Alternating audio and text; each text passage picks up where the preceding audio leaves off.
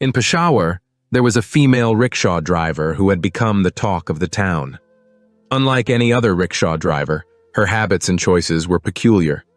Every day, I would see her parked at the same spot in the market, her rickshaw drawing attention due to the simple fact that it was driven by a woman, a rarity in our society.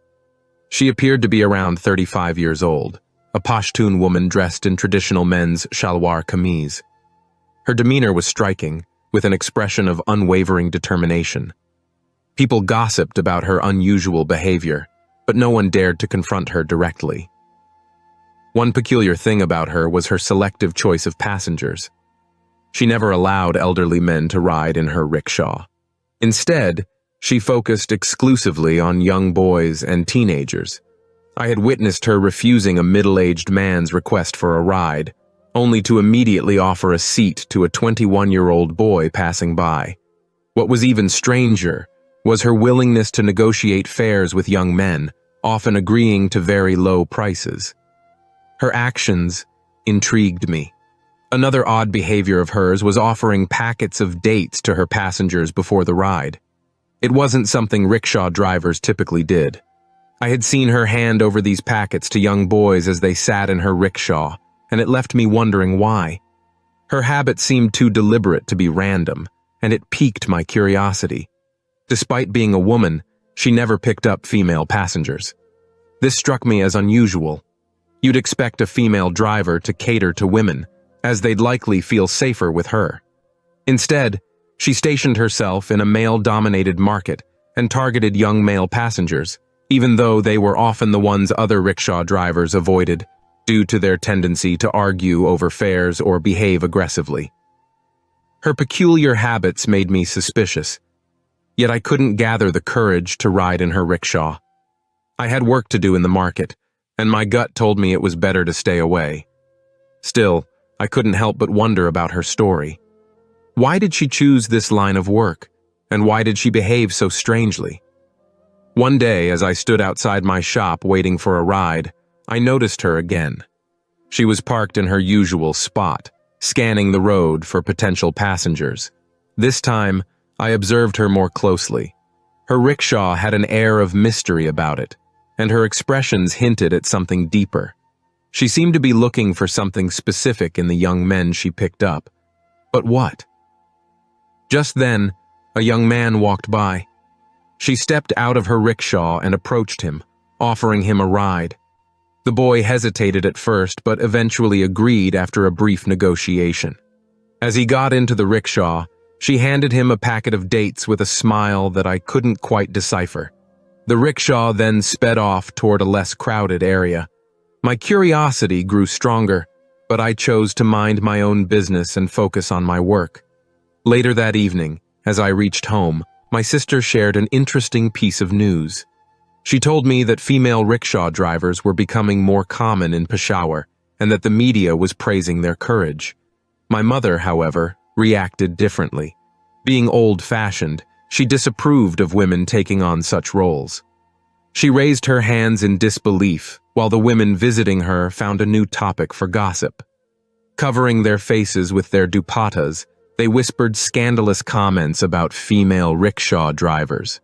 Their exaggerated expressions amused me as I sat in the courtyard, eating my dinner. Although I laughed at their dramatic reactions, I couldn't deny that the woman's behavior had left me unsettled. There was something about her that didn't add up. Her choice of passengers, her insistence on giving them dates, and her decision to avoid female riders, all of it seemed calculated. But why? Over the next few days, I continued to observe her from a distance. Each time, she repeated the same pattern, refusing older men and women, targeting young boys, and offering them dates before heading to quieter parts of the city. Her actions stirred curiosity and unease among the market's regulars, but no one dared to approach her or question her motives. One evening, I overheard a conversation between two shopkeepers discussing her. One of them speculated that she might be involved in something illegal, while the other dismissed it as mere gossip. Their conversation only fueled my curiosity further. What was her story? Was she genuinely trying to make an honest living, or was there something more to her actions? Despite my growing curiosity, I decided not to get involved. The market was my workplace, and I didn't want to become the subject of unnecessary drama. However, her presence lingered in my mind, and I couldn't shake the feeling that there was more to her than met the eye. Her story remained a mystery, one that I wasn't brave enough to unravel. Perhaps, like everyone else, I was content to watch from a distance and let the whispers of the market shape her narrative. Whatever the truth may have been, she had certainly left an impression on all who crossed her path. I belonged to a middle-class family and worked at a small shop to make ends meet. After finishing my meal, I went to put the dishes away when, passing by the room, I overheard Shabokala, our neighbor, gossiping. Embarrassed, I shook my head, silently disapproving. How easily some people tarnish others' reputations with baseless stories. Shabokala was narrating tales about someone as if she had known them for ages. But even if she did, what gave her the right to openly question their character? I felt a pang of disappointment in our society's mentality. The topic of discussion was the woman who drove a rickshaw, a bold, unusual sight in our conservative neighborhood. Everyone noticed her, but no one stopped to consider the desperation or courage it must take for her to do what she did. They were quick to judge but blind to her struggles. Surely, she must have endured a great deal to step into this male-dominated world, but all people could do was gossip. I pitied their small-mindedness, but who could make them understand? It was pointless to try. After finishing my meal, I decided to step outside, hoping to escape the relentless chatter of the women in my household and the neighbors. A few steps into the street, I paused outside a house. I remembered hearing rumors about the rickshaw-driving woman who had recently rented a place here. They called her Parveen Kala. The neighborhood was abuzz with stories about her as if they couldn't rest without dissecting her life. Some said she had a mysterious past. Others claimed her husband had been jailed for life after running over a child in a drunken driving incident. After his arrest, she had taken over his rickshaw to support herself. Still, there were whispers that her husband's disappearance was no accident and that she might have been involved. People said she was sharp-tongued, bold, and not one to reveal much about herself. But such stories seemed exaggerated to me. After all, who could believe that a woman would harm her own husband? It sounded like another baseless tale people spun to add spice to their gossip. I had never paid attention to these rumors before, nor did I feel the need to. Gossiping is what people do best, but today, curiosity tugged at me. I wanted to see this Parveen Kala for myself, especially since my mind kept circling back to the woman who regularly parked her rickshaw near my shop. Could they be the same person? Our society has a peculiar way of reacting when someone steps outside traditional norms. A man cooking at home would raise as many eyebrows as a woman driving a rickshaw. We've unconsciously assigned specific roles to men and women, and anyone who deviates is met with suspicion or rejection. But work is work. It doesn't matter whether a man or a woman does it, as long as they're doing it with honesty. Unfortunately, such understanding is rare, and our society thrives on judgment. Sighing, I turned toward a small corner shop selling cigarettes and pan. Just as I was about to reach it, a rickshaw entered the street. I instinctively looked up and saw Parveen Kala opening the gate of her house. My eyes focused on her face. It was indeed the same woman who often parked her rickshaw across the road from my shop. My curiosity turned into astonishment. As I stood there watching, I noticed a bag lying near her gate. Something about it caught my attention, and I couldn't help but pause. Inside the bag, I glimpsed a gray shirt, but it wasn't just the shirt that grabbed my attention. It was a distinct mark on it that sent a shiver down my spine. My heart started racing. I remembered vividly that the young man who sat in her rickshaw earlier today had been wearing that exact shirt. The image was etched in my mind because I had been standing idle after closing my shop, watching their fare negotiation. My legs felt frozen, and my thoughts raced wildly. What was that shirt doing here, outside her house, in a bag? My instincts screamed that something was off. I stared at Parveen Kala, who seemed unaware of my presence at first. But when she noticed me standing there, her face changed. Her expression was a mix of surprise and unease. She hurriedly stepped forward, picked up the bag, and tucked it under her shawl. Her movements were quick and deliberate, as if she wanted to hide something. Then she turned and looked directly at me, her gaze sharp and questioning. It was the kind of look that could make most people turn away, but I stood my ground.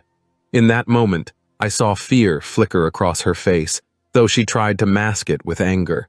Without saying a word, she retreated into her house, closing the door firmly behind her. I stood there, my mind reeling.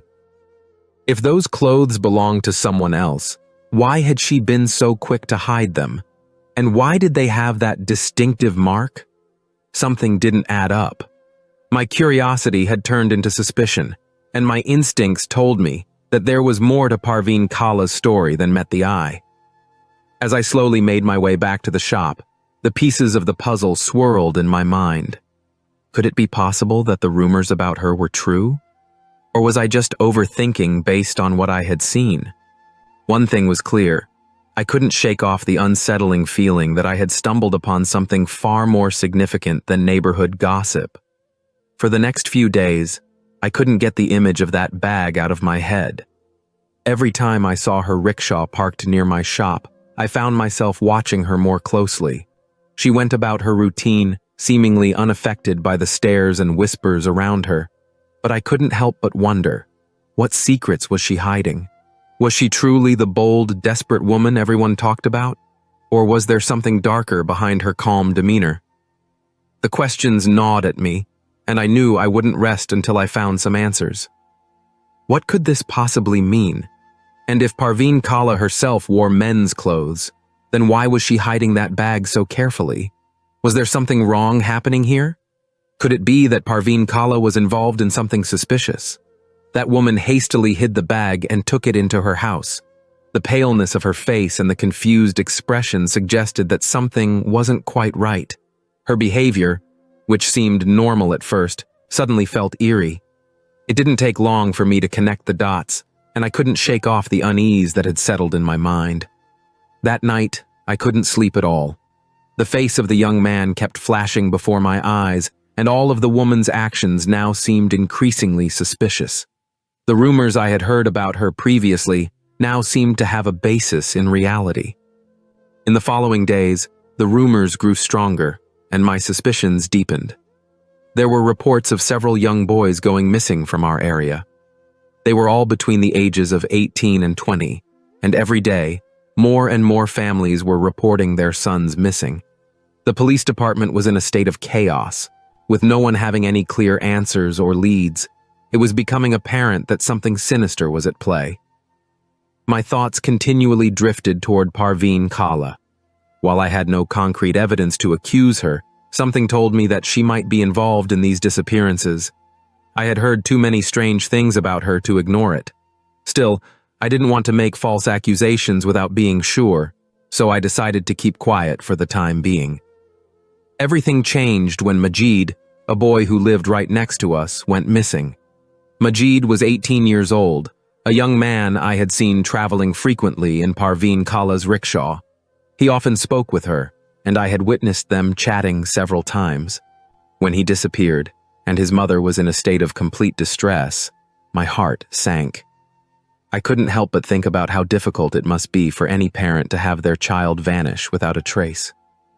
His mother was frequently fainting, his sisters were crying non-stop, and his father sat hunched over as if he had lost everything. My own family had just returned from their house, sharing in their grief.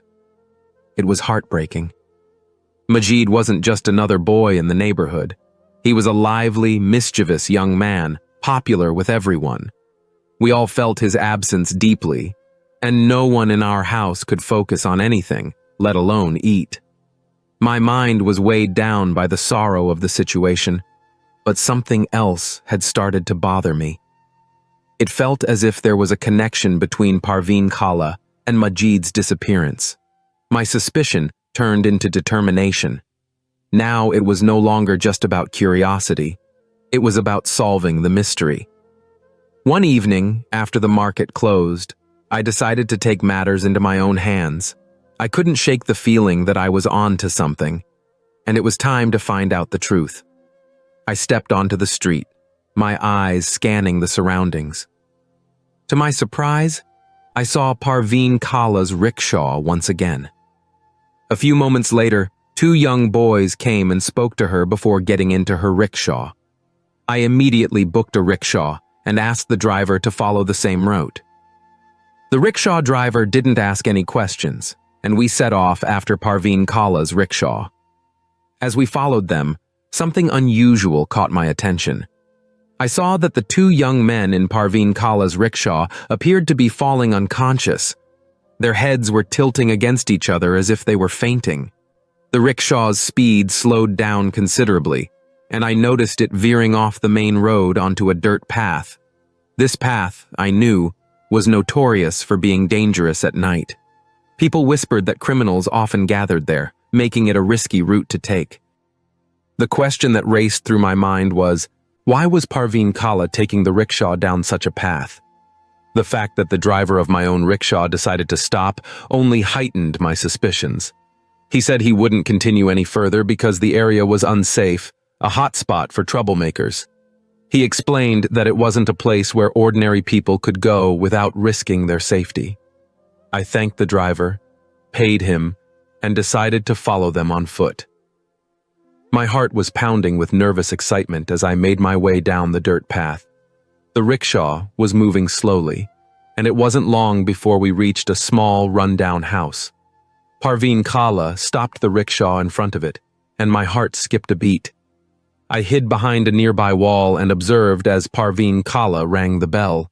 The door opened, and two men came out, escorting the two young boys inside the house. Afterward, Parveen Kala turned and drove the rickshaw away, leaving the house's door firmly closed. I waited for a while, my mind racing, and then decided to act. I mustered up the courage to approach the house, climbed over a low wall, and entered the yard. Everything appeared eerily quiet, and I could hear voices coming from inside. It seemed they hadn't taken any precautions at all. They didn't expect anyone to come snooping around. I sneaked up to the window of the room from which the voices were coming and carefully peeked inside. What I saw made my blood run cold. There were several doctors inside the room, and the setting looked like an operation theater. I couldn't believe my eyes. The pieces of the puzzle were falling into place. I remembered the blood stain I had seen on the shirt Parveen Kala was carrying that day. It was becoming clear to me now that something sinister was going on. The doctors were discussing how they would conduct tests on the two young men and then remove their organs, preparing to bury their bodies afterward. My heart pounded in my chest as I realized what was happening. These people weren't just criminals. They were operating a deadly and illegal organ trade. I quickly recorded everything on my phone before they could proceed with their grisly plans. My head was spinning, and I knew I had to get out of there before they noticed me. I quietly slipped away and returned to the neighborhood. Once I was back in the populated area, I immediately contacted the police. I didn't waste a moment. I told them everything I had seen and showed them the video footage. With the evidence in hand, the police raided the house. It didn't take long before they arrested everyone involved, including the doctors and Parveen Kala. They were all part of an organ trafficking ring, paying Parveen Kala to lure young boys and bring them to that house, where their organs would be harvested and sold for large sums of money. The entire operation was shut down, and many young men who had been victims of this trade were saved. Thanks to the evidence I provided, the two young men I had seen in the rickshaw were rescued in time, and their lives were spared. I couldn't help but feel a sense of relief that, in some small way, I had helped stop this horrific crime. If you ever find yourself in a situation where something suspicious is happening, please don't hesitate to reach out to honest law enforcement officers. It's the responsibility of every citizen to stay alert and help rid their community of harmful elements. By doing so, we ensure that our neighborhoods remain safe and that justice is served.